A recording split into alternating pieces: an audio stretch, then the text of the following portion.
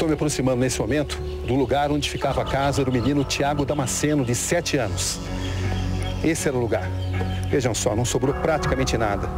Era uma casa de 2 quartos, onde Tiago vivia com a avó. Quando a onda de lama tomou conta de Bento Rodrigues, a avó estava fora e conseguiu se salvar. Mas o menino Tiago não teve a mesma sorte. Ele estava dentro de casa, não percebeu o perigo. O corpo dele foi encontrado a 50 quilômetros daqui, vários dias depois. O resgate da avó de Tiago foi uma cena traumática, em meio a uma imensidão de dramas humanos. Desde a tragédia, a avó de Tiago, Darcy Francisca Santos, está vivendo aqui na Casa dos Filhos, na cidade de Mariana. O que a senhora ouviu? Aquele barulho, sabe, que quebrando tudo assim, ó, horrível. A senhora imaginou que fosse o quê? Eu não sei, parecia o mundo acabando, um barulho horrível. Aí eu falei... A senhora pensou que a barragem tinha se rompido? Não, nunca imaginei isso. Que logo já carregou nós com tudo, assim, ó, já veio quebrando o meu portão de garagem, arrancando assim como se fosse papel e levando tudo assim. Aí nós correu para dentro do quarto, eu mais ele, né? Aí ele gritando, vó, que é isso? Jesus, o que é isso, Jesus? Ô, vó, o que é isso? E eu não sei, Tiago.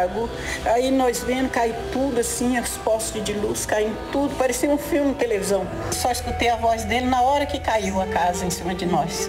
Depois eu não vi mais. O que a senhora escutou ele falando? Escutei, vó, pronto, aí eu desmaiei. E o colchão que ele dormia parou perto de mim assim, ó. Tava perto de mim. Aí eu consegui arrastar da lama e subi em cima do colchão e fiquei esperando. Aí os helicópteros vinham e não me via, porque eu estava preta, toda preta, e eles pensavam que era pau, né? Rodava em cima e não me via. E eu dando com a mão assim, gritando e nada. Aí ele me viu, né, que disse que tem o binóculo, aí pôs a luz em mim e viu que era gente. Aí comunicou com o outro e ele veio me salvar.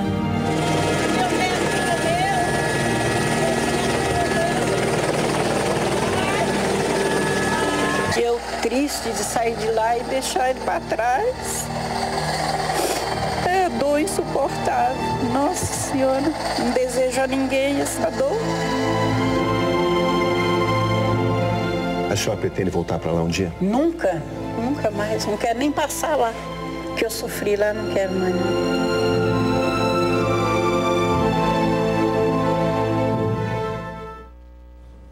Boa tarde. Depois de todo o terror que essas pessoas viveram, ainda estão tendo que enfrentar a maldade de saqueadores que têm invadido Bento Rodrigues para levar o que encontram pela frente. É demais. O Ministério Público do Estado deu um ultimato a Samarco. Até o próximo dia 9, a mineradora tem que assinar um termo de ajustamento de conduta com 21 cláusulas sobre reparação de danos. Caso se recuse, a promotoria vai acionar na justiça a empresa e as 2 controladoras dela, a brasileira Vale e a anglo-australiana BHP Billington. O termo foi apresentado ao diretor-presidente da Samarco, ouvido como testemunha pelo promotor de Mariana nesta terça. O presidente da Samarco chegou acompanhado de 2 advogados da empresa. De acordo com o Ministério Público, 22 cláusulas de um termo de ajustamento de conduta foram apresentadas a Ricardo Vescovi. O documento estabelece prazos e uma série de medidas emergenciais a serem cumpridas pela mineradora até que se chegue à fase de indenização às vítimas e a construção do novo distrito de Bento Rodrigues. As primeiras cláusulas sobre direitos emergenciais, que são o direito à moradia, alugada pela Samarco, mobiliada e toda com condições dignas e confortáveis para as famílias. A reativação econômica dessas famílias, isso é emergencial, porque tem muitas pessoas que têm condição de voltar a trabalhar, basta a Samarco dar aquele incentivo. Temos autônomos que, se a Samarco der um carro, ele consegue voltar a trabalhar. O valor do auxílio financeiro que a mineradora se comprometeu a pagar aos atingidos pelo rompimento da barragem de um salário mínimo também foi questionado pelo promotor. As famílias pedem R$ 1.500, mais 30% por dependente. A minha expectativa é que eles não vão atender esse pedido das famílias e talvez tenha alguma contraproposta. E aí nós vamos analisar junto com os atingidos se essa contraproposta é suficiente ou não. O promotor disse ainda que usou o próprio celular para mostrar ao presidente da Samarco esse vídeo em que uma mulher grávida pede para sair do hotel. Eu tenho problemas de saúde, epilepsia, só fico tendo crise. Minha menina fazer cirurgia, a gente vai ficar no quarto de hotel. A A Samarco tem até o próximo dia 9 para assinar o termo de ajustamento de conduta. O Ministério Público informou que se esse TAC não for assinado, vai entrar na justiça contra a Samarco, a Vale e a BHP. Se ela assinar o TAC, eu entendo que não há um risco, não há necessidade de buscar junto à Vale ou BHP. Se ela não assinar, para mim o risco já está caracterizado. Nós já vamos pedir, nessa ação civil pública, nas duas, que seja colocado como réis a Samarco, a Vale e a BHP. Por quê? Porque há um grande risco dessas famílias não serem indenizadas, dessa tragédia ficar aí esquecida no futuro. O presidente da Samarco não quis dar detalhes sobre as cláusulas do termo de compromisso. Precisa ser estudado, obviamente, nós vamos responder no menor tempo possível. Olha, a postura das duas multinacionais controladoras da Samarco até agora foi de não assumir nada, deixar por conta da empresa lá de Mariana. O consultor-geral da Vale deu uma entrevista coletiva nos Estados Unidos, declarando que a empresa não tem responsabilidade no desastre. A Vale, controladora da Samarco, apresenta seus resultados e as projeções para o ano que vem. Com o anúncio de corte nos investimentos, a empresa tenta recuperar sua imagem e também as ações que despencaram aqui na Bolsa. A empresa afirma que tem cobrado da Samarco a entrega de moradia definitiva para os desalojados até o Natal. No entanto, a Vale disse que não há prazo para determinar o que aconteceu e que ainda é cedo para apontar culpados sobre a tragédia de Mariana. A Vale, você pode até discutir aqui, nós temos uma responsabilidade enquanto acionistas da Samarco, mas responsabilidade legal, a resposta é não. Vamos ver o que a justiça vai dizer, né? Acho que vai ter que chegar nesse ponto. O mundo todo cobra a responsabilidade dessas empresas exploradoras de minério. O recado na cúpula do clima em Paris nessa semana foi duro. Outro veio da banda de rock dos Estados Unidos, Pearl Jam, que esteve em turnê por aqui no mês passado. Os integrantes cumpriram a promessa feita e anunciaram que vão doar $100 mil, cerca de R$385 mil, às vítimas do rompimento da barragem da Samarco. No show do dia 20 de novembro em BH, o vocalista Ed Vedder falou sobre a tragédia de Mariana em português. Acidentes tiram vidas e destroem rios e ainda assim eles conseguiram lucrar. Nessa terça, o anúncio foi feito pelo perfil da banda no Twitter. O Pearl Jam se despediu da América Latina, por onde passou em turnê, e fez um post comunicando a doação. O Pearl Jam vai doar $100 mil para ajudar as comunidades impactadas pela tragédia no Brasil. No Facebook, a banda ainda convida os fãs a contribuir também e pede que sugiram entre 13 entidades brasileiras que consideraram as melhores para receber o dinheiro e repassar às famílias atingidas. O Instituto Terra, do Sebastião Salgado, Confrem Brasil e ONG Bio. As buscas aos desaparecidos em Mariana continuam hoje, concentradas no distrito de Camargos. 8 pessoas, sendo 5 funcionários e 3 moradores, ainda não foram encontrados. 11 corpos foram resgatados da lama, 2 ainda aguardam identificação no IML de Belo Horizonte. A repórter Etel Correia mostra pra gente como é que está sendo feito este trabalho pelos peritos da Polícia Civil. Fragmentos de ossos estão sendo analisados no Instituto de Criminalística. O trabalho dos especialistas é também a esperança dos parentes de vítimas da tragédia de Mariana, que aguardam notícias sobre a identificação dos corpos encontrados. Neste setor, o perito limpa o material, que depois é triturado para o início da extração do DNA. Um processo que exige cuidado, técnica e a utilização de máquinas que fazem a comparação das células. O exame de DNA é um exame comparativo. Então, a gente precisa o quê? Analisar as amostras questionadas, que no caso são os ossos encaminhados, para podermos comparar com as amostras coletadas dos possíveis parentes. Tá? Então, é feito esse confronto para estabelecer ou não um vínculo genético associado com aquele parente que está procurando um desaparecido.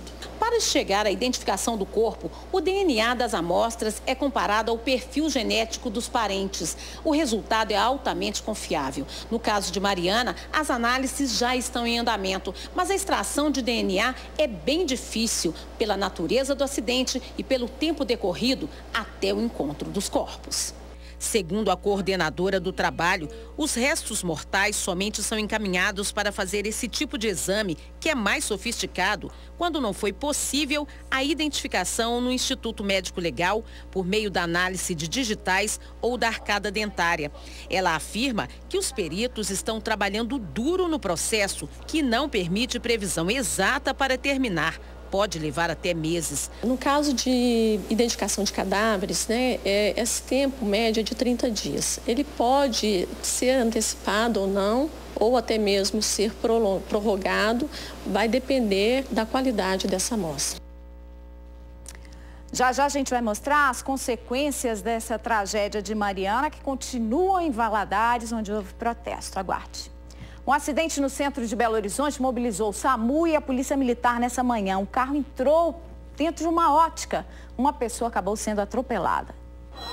Segundo testemunhas, o motorista do Honda Civic tentou entrar neste estacionamento pela saída. Ao ver que estava em local proibido, voltou de ré e atingiu este táxi. Deixei o passageiro antes do estacionamento, arranquei o carro e eu vi o carro saindo do estacionamento em alta velocidade. Tentei tirar para passar para não pegar meu carro, então ele pegou na traseira do meu carro e rodou. Depois de rodar, o táxi atropelou este homem. Consciente, ele foi atendido por uma equipe do SAMU. Já o motorista do Honda não teve ferimentos. O carro dele foi parar dentro desta ótica, numa região bem movimentada. Apenas a parte traseira do veículo ficou para fora do estabelecimento. Quem viu o acidente contou que o homem estava confuso ao volante. Ele foi pisar no freio, só que ele errou. Foi pisar no acelerador, passou direto. Com que ele passou, ele bateu nesse táxi, que o táxi ele rodou e pegou um senhor atravessando, que acho que provavelmente trabalha aqui no banco. O estado de saúde do homem de 56 anos que foi atropelado é estável, não há gravidade. O motorista de uma BMW que morreu depois de bater o carro na traseira de uma carreta na MG 010 que liga Belo Horizonte ao aeroporto de Confins. O acidente foi perto da barreira da Polícia Rodoviária Federal à noite. Segundo testemunhas, o condutor participava de um pega. A parte dianteira do carro ficou destruída. João Paulo Lopes, de 34 anos, chegou a ser levado com vida para o Hospital Risoleta Neves, mas sofreu uma parada cardíaca, não resistiu. Ele ainda teve várias fraturas pelo corpo. A Organização Mundial de Saúde e a Organização Pan-Americana de Saúde emitiram nesta terça um alerta mundial sobre a epidemia de Zika vírus e reconheceram a relação dessa doença com a microcefalia de bebês em gestantes infectadas, que no Nordeste do Brasil se multiplicaram 20 vezes. Em Minas, 5 casos foram notificados, um deles em Belo Horizonte. Lohane está grávida de 3 meses. É justamente esse o período de maior risco de contaminação pelo Zika vírus. Recentemente, ela teve uma alergia e ficou muito preocupada. Já logo pensou que poderia ser esse vírus? Que poderia ser, com certeza. A gente pensa, porque é muita criança tendo microcefalia, né, com má formação, a gente fica super preocupada. Um dos maiores riscos para as gestantes infectadas com o Zika vírus é que o feto desenvolva a microcefalia, doença que causa má formação no cérebro. A característica principal é a criança nascer com o cérebro atrofiado, provoca um retardo mental, um déficit de aprendizado. E a criança exige cuidados especiais durante a infância e durante toda a vida. Este ano no Brasil foram notificados até o dia 28 de novembro 1.248 casos de microcefalia. Uma das principais formas de contaminação do Zika vírus é por meio da picada do Aedes aegypti, mosquito responsável também pela transmissão da dengue e da chikungunya. A gente ficou preocupado, né? Principalmente porque, por saber que não é mais só a dengue, né? Aí vem o Zika vírus, que é proveniente, né, do mesmo mosquito. Desde o dia 11 do mês passado, 5 bebês nasceram em Minas Gerais com microcefalia. Exames descartaram a relação de 2 casos com o Zika vírus. Outros 3 estão sendo investigados. Um deles em Belo Horizonte. O bebê nasceu com microcefalia no dia 23 de novembro, no Hospital Sofia Feldman, no bairro Tupi, região norte da capital. Segundo a Secretaria Municipal de Saúde, amostras da mãe e do bebê foram enviadas para o Instituto Oswaldo Cruz, no Rio de Janeiro, que vai fazer a análise do material para saber se eles foram contaminados pelo Zika vírus. A Fundação Ezequiel Dias, aqui em Belo Horizonte, vai fazer testes de sorologia sorologia para dengue e chikungunya. Somente depois do resultado de todos estes exames é que vai ser possível confirmar ou descartar a relação da microcefalia com o Zika vírus. De acordo com a Secretaria Municipal de Saúde, ainda não há circulação do vírus no estado. Este infectologista diz que os estudos sobre o Zika vírus são muito recentes e ainda não mostram como ele age no organismo e provoca a microcefalia. E quais os sintomas? Em geral, é febre, dor no corpo, dor articular, são os sintomas gerais da doença e manchas pelo corpo.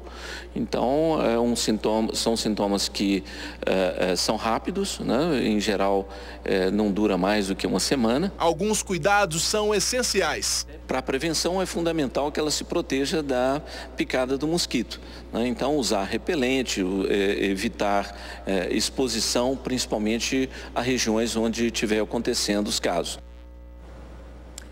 A escassez de água continua provocando revolta nos moradores de Governador Valadares. Manifestantes fecharam a BR-116 por mais de uma hora. Os moradores fecharam a rodovia e atearam fogo em pneus. Segundo os manifestantes, a água mineral distribuída nos bairros Jardim do Trevo e Santa Paula não deu para todo mundo. Quem pegou fila cedo conseguiu levar, mas os que trabalharam durante todo o dia não encontraram nada quando chegaram ao ponto de distribuição. A manifestação durou 1h30 e os moradores só liberaram a pista depois que a nossa equipe chegou ao local. Houve distribuição de senhas para a entrega de água mineral. Contudo, só ficou na senha. A água mineral não chegou à população que aguardava na fila. Segundo o relato deles, desde meio-dia, invadiram a pista em protesto. Condição para a liberação da pista foi que houvesse a cobertura da imprensa para que todos tomassem conhecimento da calamidade porque eles estão passando, né? Estão com a senha nas mãos, aguardando que essa água chegue. Se não chegar, prometem continuar com seus protestos aqui. Ao mesmo tempo, começava outra movimentação no centro da cidade. Este vídeo que circula na internet foi gravado na hora em que os moradores fecharam o trânsito na rua Afonso Pena. A polícia foi acionada. A polícia chegou a agredir e me deu uma porrada na cara. É um absurdo um trem desse. Eu sou um pai de família, pago meus impostos e pago o salário. E é um direito de todos nós manifestar. Está na Constituição. É que eu tô aqui desde as 4h30 e não peguei nenhuma água. Aqui, ó, prova tanto que essa água eu trouxe da minha casa. E aí, ó, meus 3 netos aqui, ó. Sem água nenhuma, eu não tenho água nenhuma. É um absurdo essa situação. Começou há pouco em Ouro Preto, segundo dia do julgamento do ex-delegado da Polícia Civil, Geraldo Toledo. Ele é acusado de matar a namorada de 17 anos em abril de 2013. Nessa terça foram ouvidos 2 informantes, 3 testemunhas de acusação e 4 de defesa. Hoje está previsto o interrogatório do réu e em seguida entra a fase de debates. O júri deve decidir o futuro do ex-delegado nesta quinta-feira. Em Ribeirão das Neves fizeram um protesto na rua do vice-prefeito no bairro Sevilha, que é uma via de trânsito intenso, está toda esburacada. Os vizinhos reclamam da falta de atitude do político que não toma providência para tampar as crateras.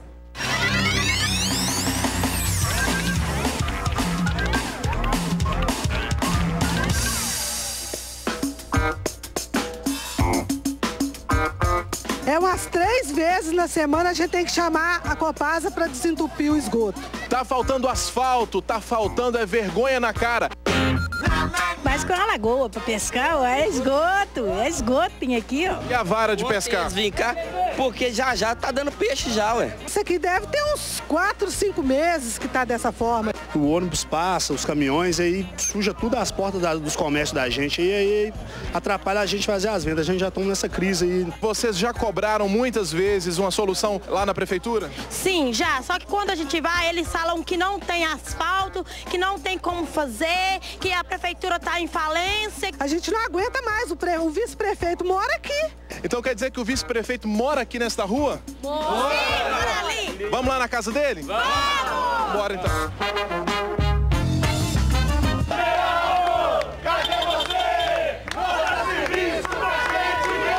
Qual que é o compromisso hoje aqui? O compromisso com ele aqui é o seguinte, nós podemos, amanhã nós temos o gabinete aberto, nós somos todo mundo lá, conversar com a prefeita para nós fazer o buraco, a rua do PS que está quebrada. Agora, em quanto tempo que a gente pode voltar aqui e ver esses buracos, pelo menos parcialmente, tampados? Depois que eu for amanhã conversar que for lá comigo, conversar com a prefeita, aí nós vamos prometer que dia que vocês podem vir.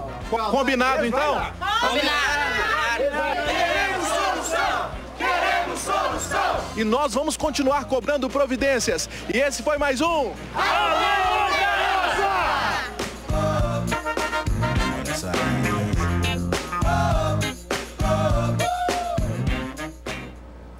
Bom, a Prefeitura informou que a responsabilidade é da Copasa e a Companhia de Saneamento avisou que uma equipe foi enviada ao bairro Sevilha para verificar essa situação. Nossa edição termina aqui, tem outras notícias logo mais à noite nos nossos jornais em todo o estado. Uma boa tarde para você, até amanhã.